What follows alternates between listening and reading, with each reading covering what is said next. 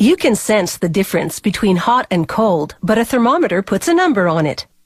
The concept is simple. Heat causes liquid to expand, forcing it up a glass column with a scale attached to it.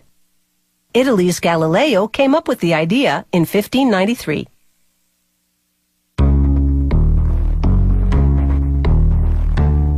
Incredibly, these century-old thermometers can still tell the temperature, but modern versions are a bit more precise.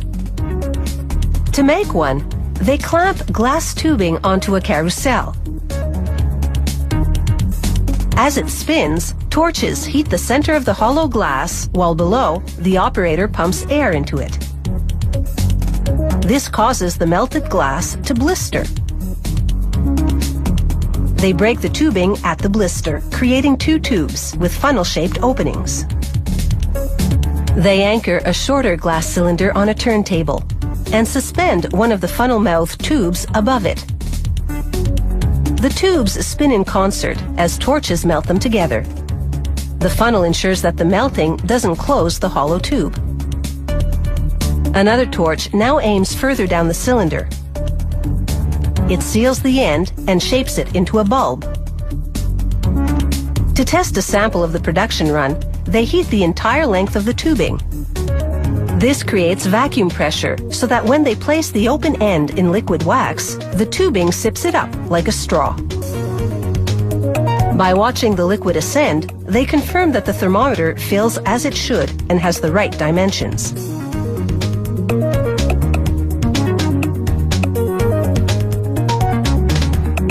Next, the glass tubing swirls on a carousel as flames and forced air work together to form a longer blister. Again, they break the tubing at the blister.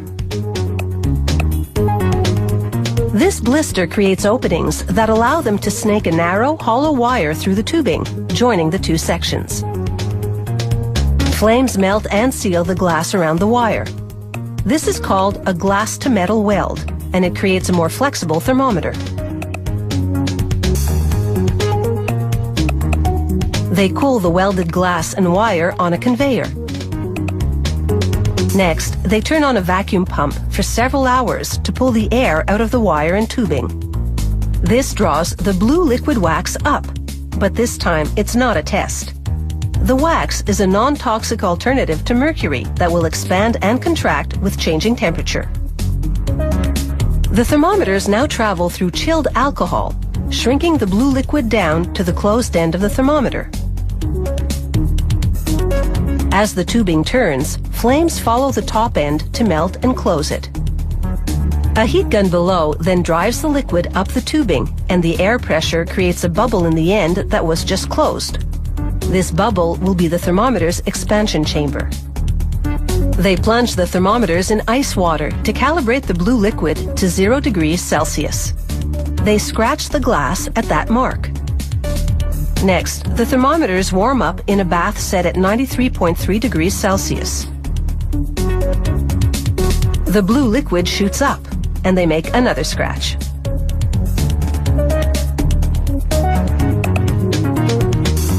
They align the two scratches in the thermometer with markings on a printed grid. The distance between the two scratches often varies, so by measuring against this grid, they can categorize the thermometer.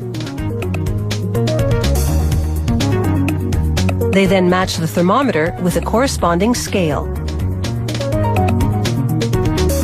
They install the top section of the thermometer in a case, which can be metal or plastic. They then choose the appropriate scale and slide it between the glass tubing and case.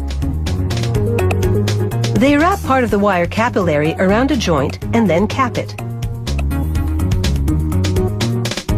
The sensor bulb of this thermometer will be used to gauge the temperature inside industrial piping, so they protect it with a metal sleeve, called a bulb chamber.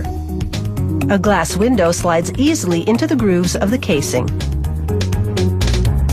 A plastic cap is the finishing touch. And now these thermometers are ready to gauge the highs and lows of industrial processing, and they're sure to measure up to expectations.